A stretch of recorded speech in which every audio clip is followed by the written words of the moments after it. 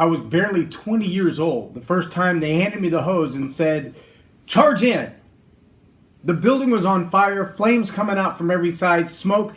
The heat was so hot that even though it was February and there was 2 inches of ice on the ground, I don't mean snow, I mean ice from the fire hydrant leaking, from the water we'd already been spraying. The ice so thick that the first time I charged the hand line, it actually pushed me backwards about 20 yards, sliding on the ice. I couldn't get traction.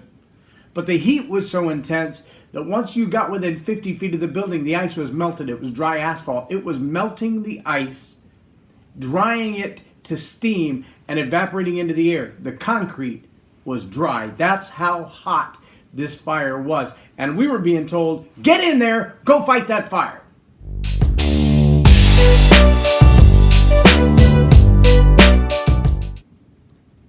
I'm J Loren Norris for Leading Leaders Podcast.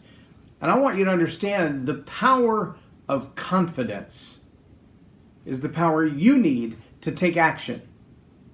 You may not be a firefighter or a police officer or a soldier. I was a firefighter and a soldier when they handed me a charged hand line the first time and said, get in there and fight that fire.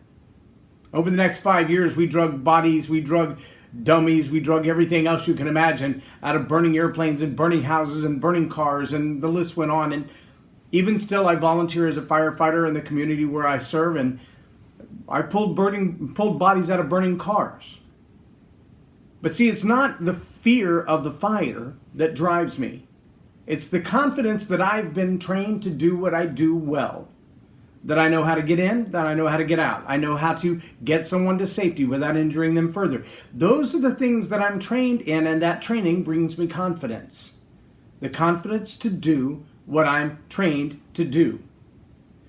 Now, you may be a parent who would be on the scene if your house were to catch fire and say, I'm going in after my kids. And that blind fearlessness that says, those are my kids and I'm not coming out without them, even if I die in the process, there's a lot of power in that too. But then the question is, where is your confidence? Is your confidence simply the fact that your fear has been overridden by your love for your children? Or is your confidence in some training, some ability, some knowledge, some wisdom that you have? Is your confidence arrogance?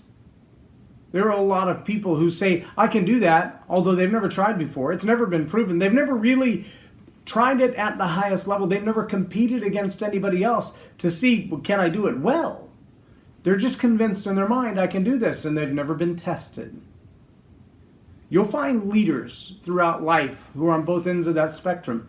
Some who are supremely confident because they've been tested, they've been tried, they've studied all the material. They've actually experienced the opportunity when what they thought and believed was put into play, and it either failed or it succeeded. Confidence that comes from that kind of experience combined with training, that's called wisdom.